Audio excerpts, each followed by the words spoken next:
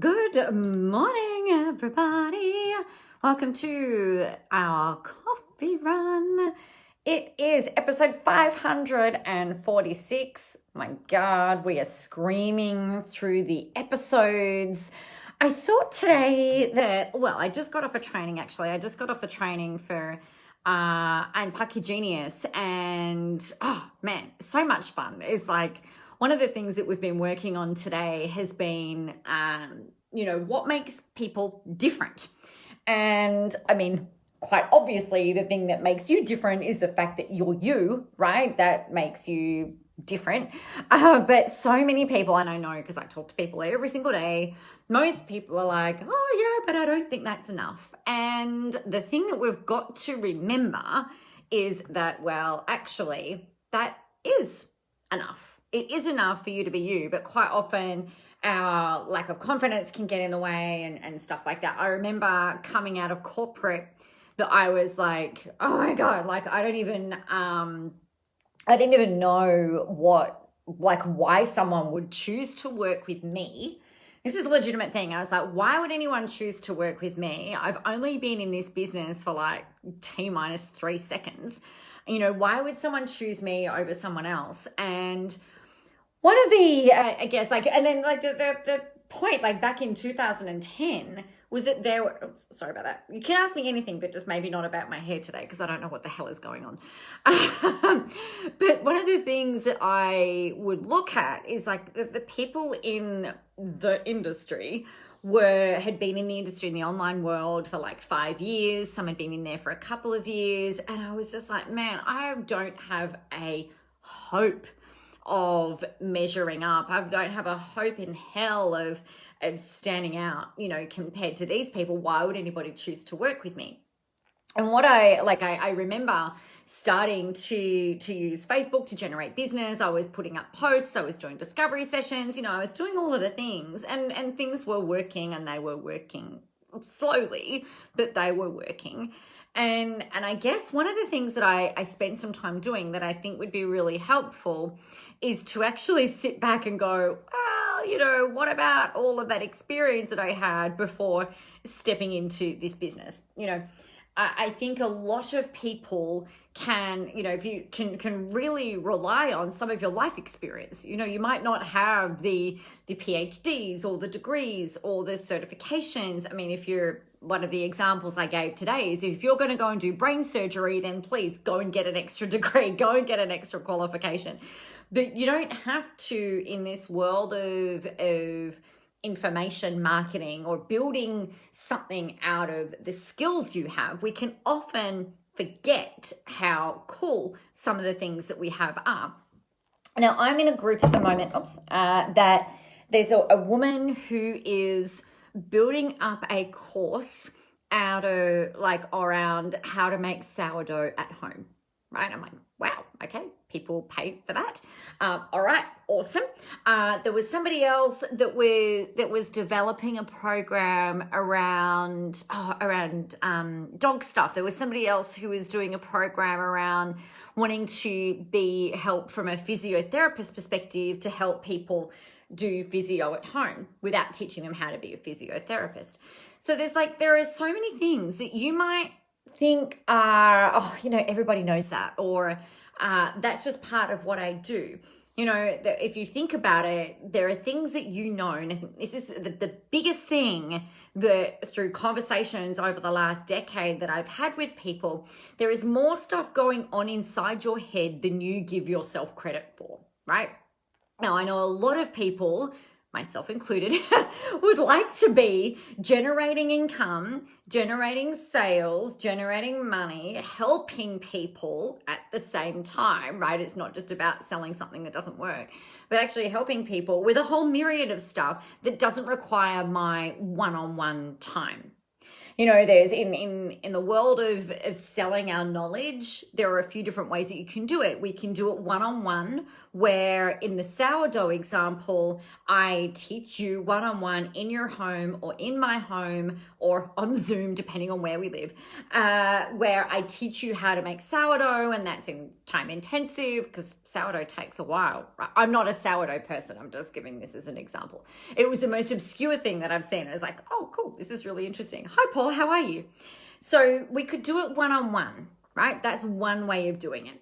The other thing that you might like to do is do something where you bring a group of people together and it's on a one-to-few basis. So one-on-one, you would charge more money, right? You always charge more money for a one-on-one delivery. And you've only got one person in there, right? So the only way that you can, you can't leverage your time. But what you can do is you can really refine your skills. You can refine the delivery. You can test out some different things, so long as you know what it is that you're doing. That's the key. The second option is doing one-to-few. So this might be where you do an intimate kind of like a masterclass where you might have half a dozen people in there. And it's more of a one-to-few model. Now, you can still charge a decent rate for this, and you don't have to do a whole ton of marketing to fill it. You can get enough people in for it to be profitable and worth your while. And you could do a sourdough masterclass. You could do home organization. You could do home renovation. You can do how to create videos. You could do art lessons.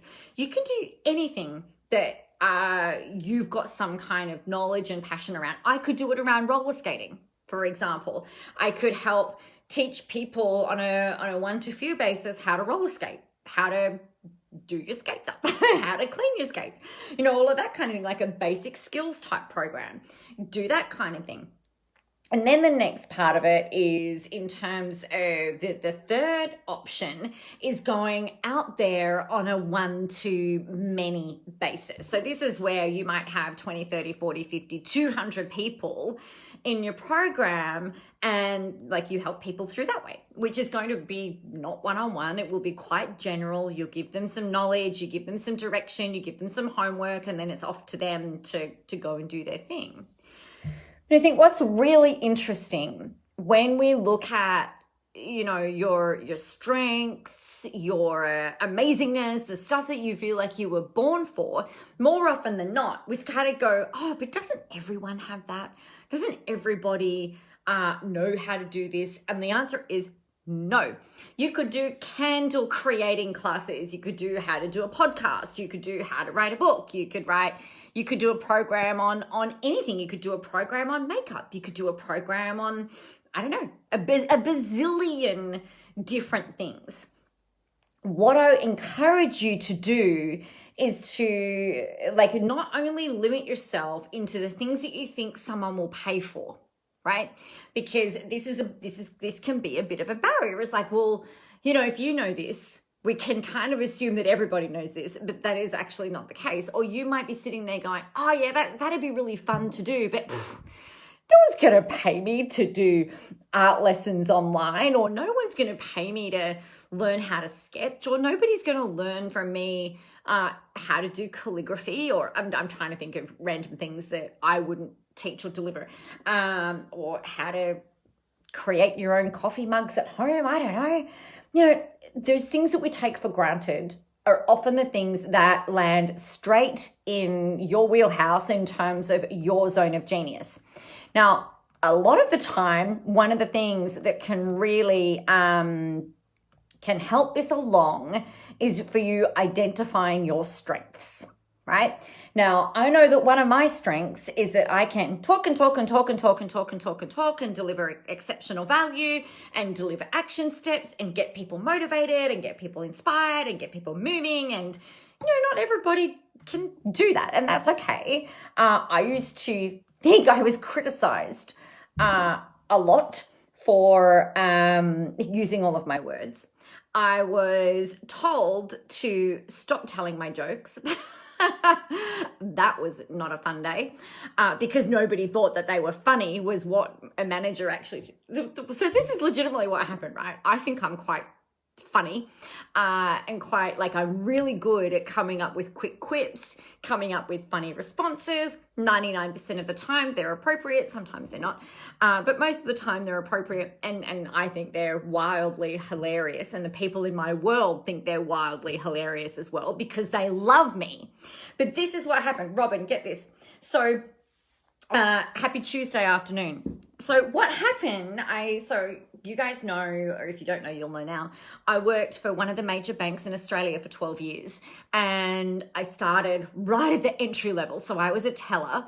And so as a teller, you come in and you hand your money over the counter, and I count it and I talk to you and I put it in my box and it goes in your bank account. And, you know, it was like my most perfect job ever. I loved it. I was like, I get to sit and play with money and chat to people all day. You know, how good is this shit? This is amazing. And so, but being the person that I am, I also got quite ambitious, and I was like, all right, so I'm working out in the suburbs. I wanted to work in the city. So I kind of maneuvered my way into the relief pool so that if somebody in the city called in sick, I would go in and fill in for them.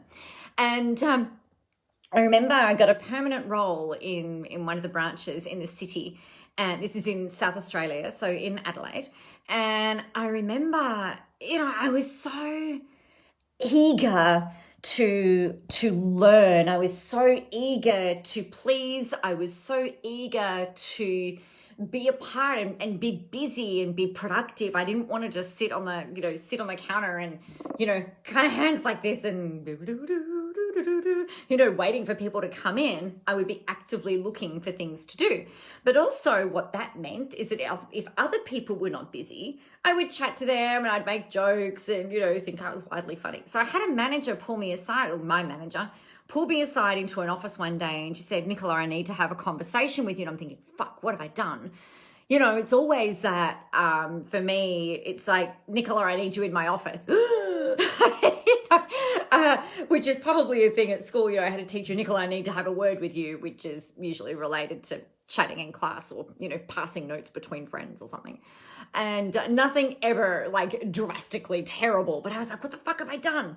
And I knew I hadn't done anything wrong, right? But anyway, we'd gone into the office, and she sat me down and she said, look, I need to tell you something. I'm going, okay. And she said, I need you to stop telling jokes. Nobody finds you funny.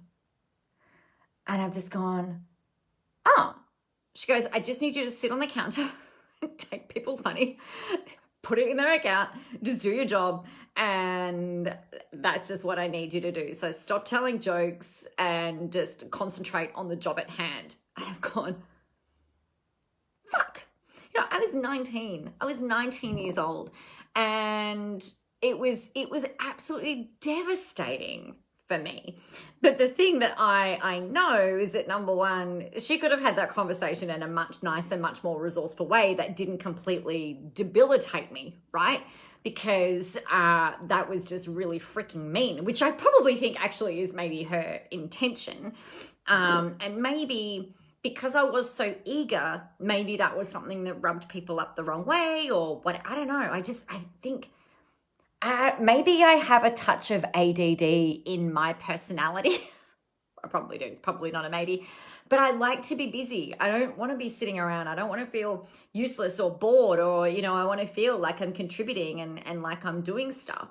And maybe the other people who didn't like being as busy, who would prefer just to kind of like sit back and, you know, oh yeah, we'll just plod through the things rather than me going, okay, that's done. What's next?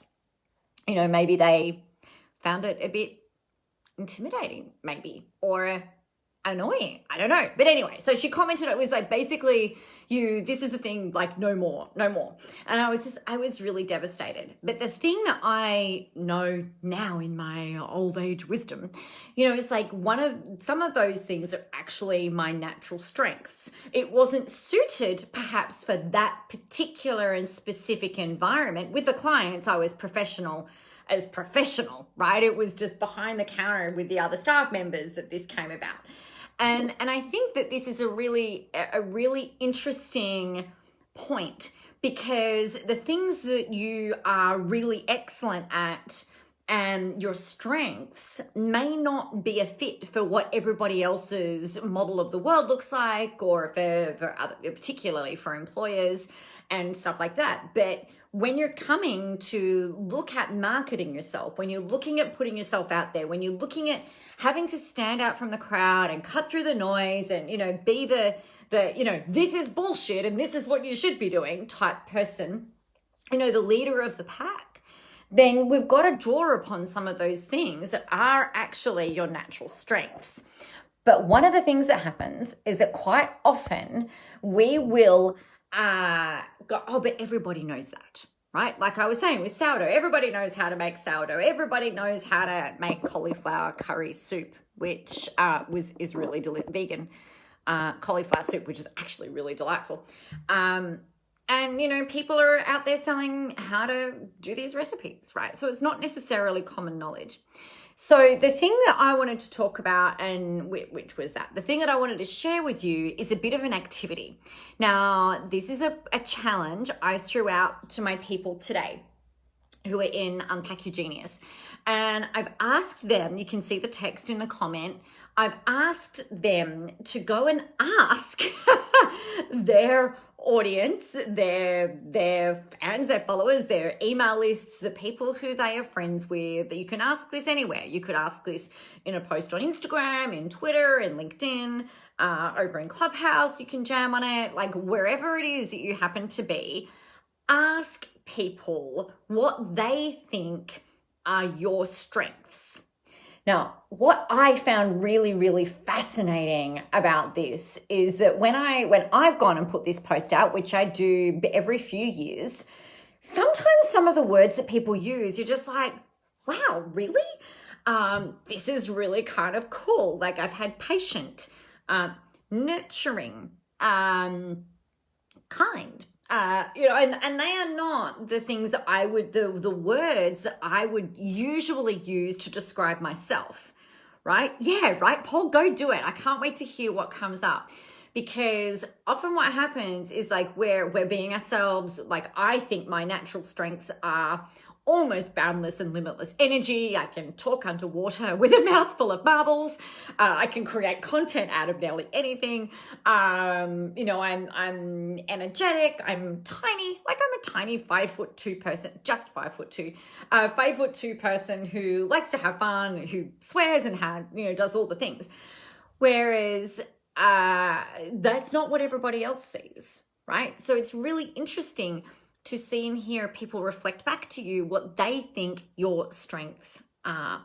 So the text, for those of you who are listening on the replay of the audio, what you're going to go and post up on as many places as you like. And I wouldn't necessarily go and put this out to family, because they will tend to tell you what they think you want to hear, right? So this is not about trying to boost your ego or, blow hot air up your backside. This is really about them helping you to see the stuff that you just don't see. And so I would kind of like, if family members reply, then that's really lovely and that's awesome. But typically we're looking for people who maybe don't know you personally, right? Which is why social media channels are a really great place to do this. So here's the text. It says help, because people love to help, right? If you go out there and say help, people are going to be like, oh, what do they need help with? Let me help them. Let me help them. I'm really happy to help. So my mentor has challenged me to do something that's completely out of my comfort zone. Can you please let me know what you think my top 3 strengths are? Please be kind. I really appreciate it. That's it, right? And I promise you, I've done this so many times over the years.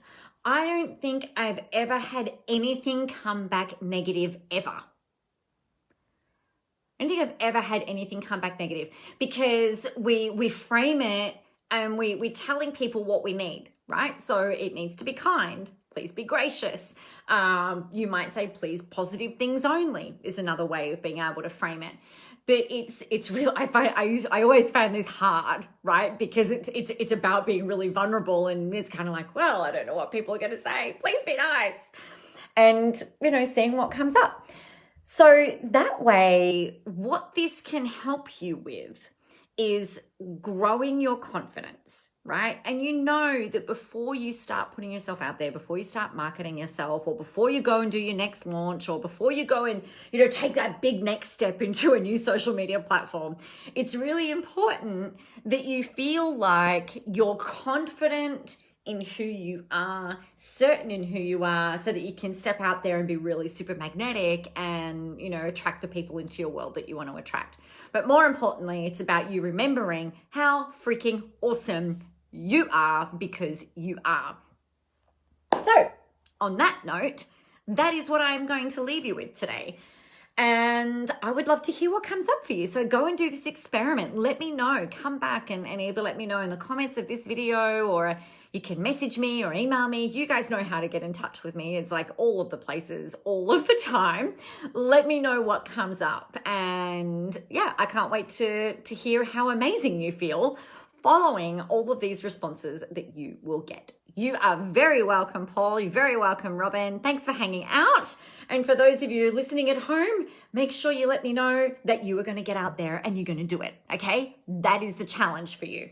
So you know what else you need to do. You need to get out there, go help some people, have a whole ton of fun doing it. But most of all, for the love of all things holy, remember that the world is ready for your brand of awesome. Mwah! I love you. You rock. I will see you tomorrow.